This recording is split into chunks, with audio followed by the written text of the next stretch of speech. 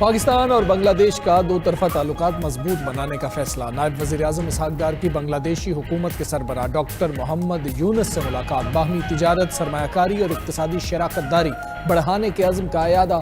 اسحاق ڈار کی مشیر تجارت شیخ بشیر الدین اور مشیر خارجہ توحید حسین سے بھی ملاقاتیں۔ سارک تنظیم کی بحالی کی کوششوں پر اتفاق۔ اسحاق ڈار نیشنلسٹ پارٹی کی چیئرپرسن خالدہ ضیاء سے بھی ملے۔ اعلامیہ کے مطابق ملاقاتوں میں تجارت، سرمایہ کاری، تعلیم، صحت سمیت دیگر شعبوں میں تعاون بڑھانے پر بات ہوئی۔ 6 معاہدوں اور MOUs پر دستخط۔ سفارتکاروں اور حکومتی اہلکاروں کے لیے ویزا ختم کرنے کا معاہدہ طے پا گیا۔ پاکستان نے بنگلہ دیشی طلباء کے لیے نالج کوریڈور کا اعلان کیا۔ 500 بنگلہ دیشی طلباء کو اسکالرشپس دی جائیں گی۔ پاکستان اور بنگلہ دیش کا فلسطینیوں پر مظالم کی مذمت۔ عالمی برادری سے غزہ میں مستقل جنگ بندی کرانے اور جنگی جرائم پر اسرائیل کو جواب دہ ٹھہرانے کا مطالبہ۔ اسحاق ڈار آج ڈھاکہ سے سعودی عرب روانہ ہوں گے۔ جدہ میں OIC وزرائے خارجہ کونسل کے اجلاس میں شریک ہوں گے۔ فلسطین کی موجودہ صورتحال کے تناظر میں مشترکہ حکمت عملی پر غور ہوگا۔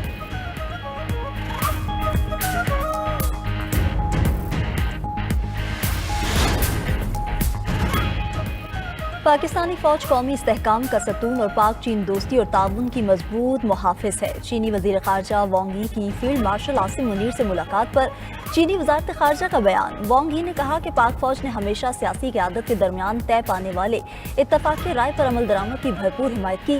وقت کے کڑے امتحانات کے باوجود پاک چین تعلقات مزید مضبوط ہوئے ہیں۔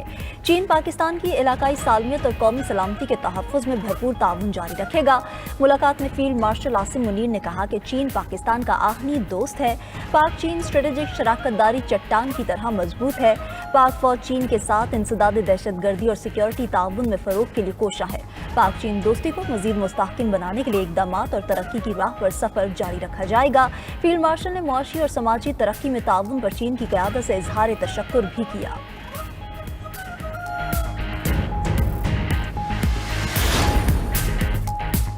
ملک میں بارشوں کا 8واں سپیل جاری۔ سندھ میں بھی بادل برس پڑے۔ نواب شاہ، لاڑکانہ، کمبر، شہداد کوٹ، اوسطا محمد اور سجاوی میں بارش۔ نشیبی علاقوں میں پانی جمع۔ بجلی کی فراہمی معطل ہو گئی۔ میرپور خاص، عمرکوٹ، تھرپارکر میں بھی بارش متوقع۔ کراچی میں بھی بادل چھائے رہیں گے۔ پنجاب، خیبر پختونخوا اور آزاد کشمیر میں طوفانی بارش سے 24 گھنٹے میں 14 افراد جاں بحق، 62 زخمی ہو گئے۔ ڈیرہ اسماعیل خان میں تیز ہواؤں اور طوفانی بارش نے تباہی مچائی۔ 100 کلومیٹر کی رفتار سے ہوائیں چلنے سے بجلی کے کھمبے گر گئے، درخت جڑوں سے اکھڑ گئے۔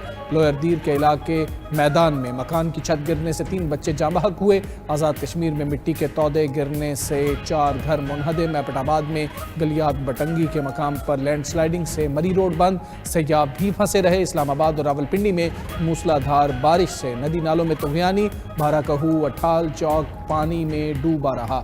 بھمبر، آزاد کشمیر جہلم میں موسلا دھار بارش سے برساتی نالے بھی بھر گئے۔ کئی آبادیاں زیر آب آ گئیں۔ بارشوں کا سلسلہ 30 اگست تک جاری رہے گا۔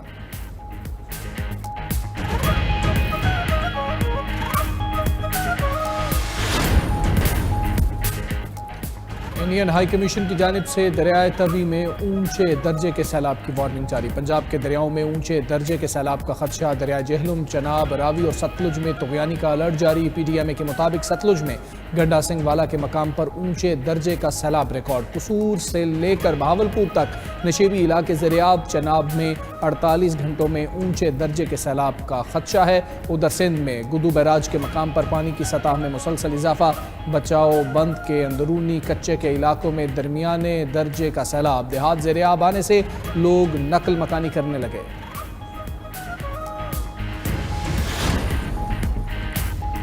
دہشت گرد اسرائیلی افواج کے غزہ پر حملوں میں تیزی۔ صبح سے اب تک مزید 60 افراد شہید، 300 زخمی ہو گئے۔ 20 نہتے افراد کو امداد کی تقسیم کے دوران شہید کیا گیا۔ غزہ کے شمالی اور مشرقی حصوں میں ٹینکس کی گولہ باری سے 40 فلسطینیوں نے جام شہادت نوش کیا۔ غزہ پر مکمل قبضے کے منصوبے پر بین الاقوامی تنقید بھی نیتن یاہو نے نظر انداز کر دی۔ صہیونی فوجی شدید بمباری کر کے عمارتوں کو تباہ کر رہی ہے۔ اسرائیلی فوج نے غزہ سے گرفتار 13 فلسطینیوں کو رہا کر دیا۔ رہائی پانے والوں نے جیلوں میں تشدد، بدسلوکی اور بھوکا رکھنے کی رودات سنائی۔ مغربی کنارے میں آبادکاروں کے حملے میں 2 فلسطینی زخمی۔ ادھر اسرائیلی فضائیہ کی یمن کے دارالحکومت صنعا پر بمباری، 2 افراد شہید، 35 زخمی۔ طیاروں نے آئل اسٹیشن اور پاور پلانٹ کو نشانہ بنایا۔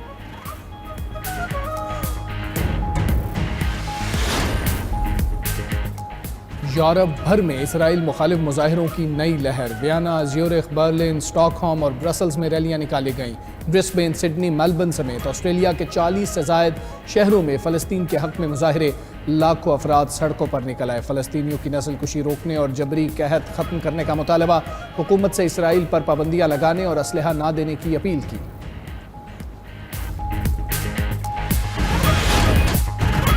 انتخابات کے بروقت انعقاد اور ووٹرز رجسٹریشن کے مسائل کیسے حل کیے جائیں؟ الیکشن کمیشن نے اپنی تجاویز اور آئینی ترمیم کی سفارشات حکومت کو پیش کر دیں۔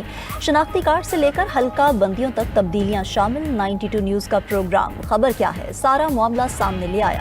ملتان میں شعبہ انفراسٹرکچر میں گھپلے، غیر معیاری مٹیریل کے استعمال سے خزانے کو کروڑوں روپے کا نقصان، بوگس بل بھی کلیئر کروا لیے گئے۔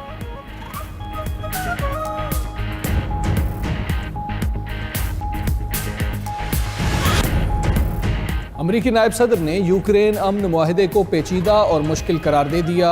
جے ڈی وینس کا کہنا ہے یوکرین کے لیے اصل مسئلہ حفاظتی ضمانت ہے اور روس کے لیے یہ طے کرنا اہم ہے کہ جنگ بندی لائن کہاں ہوگی۔ روس واضح کر چکا ہے کہ وہ یوکرین میں غیر ملکی فوجی تعیناتی قبول نہیں کرے گا۔ ادھر روس اور یوکرین کے درمیان جنگی قیدیوں کا تبادلہ، یو اے ای کی ثالثی میں 292 قیدیوں کو رہا کیا گیا۔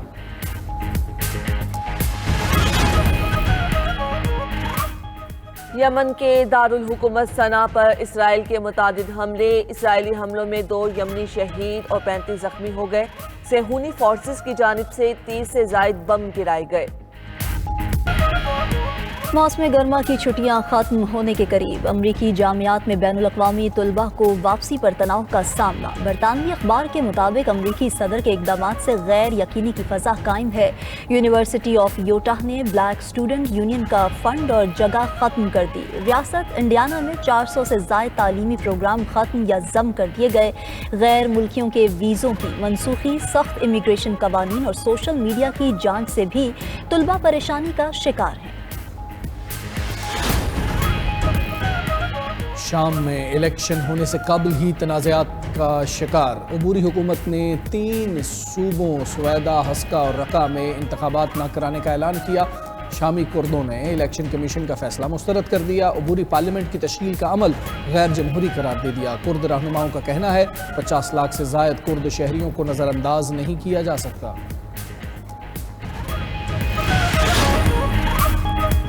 ویتنام کے وسطی صوبوں میں خطرناک سمندری طوفان کا الرٹ، 5,86,000 افراد کو انخلاء کا حکم، پروازیں منسوخ، کشتیاں ساحل پر روک دی گئیں۔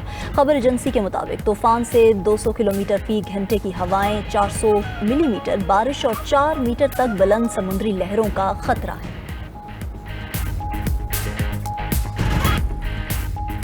اور روس نے یوکرین امن معاہدے کے لیے شرائط پیش کر دی۔ روسی وزیر خارجہ نے کہا کہ یوکرین کی سلامتی کے ضامن سلامتی کونسل ارکان اور چند دیگر ممالک ہونے چاہیے۔ یوکرین کی نیٹو میں شمولیت روس کے لیے قبول نہیں۔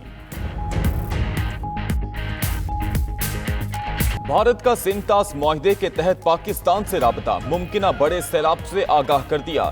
سرکاری ذرائع کا کہنا ہے کہ سیلاب کی ممکنہ صورتحال سے بھارتی ہائی کمیشن اسلام آباد نے پاکستان کو آگاہ کیا۔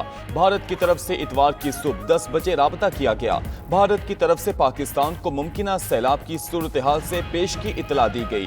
مئی میں پاک بھارت جنگ کے بعد یہ اپنی نوعیت کا پہلا بڑا رابطہ ہے۔ سرکاری ذرائع کے مطابق حکومت پاکستان نے بھارتی معلومات کی روشنی میں الرٹ جاری کر دیا۔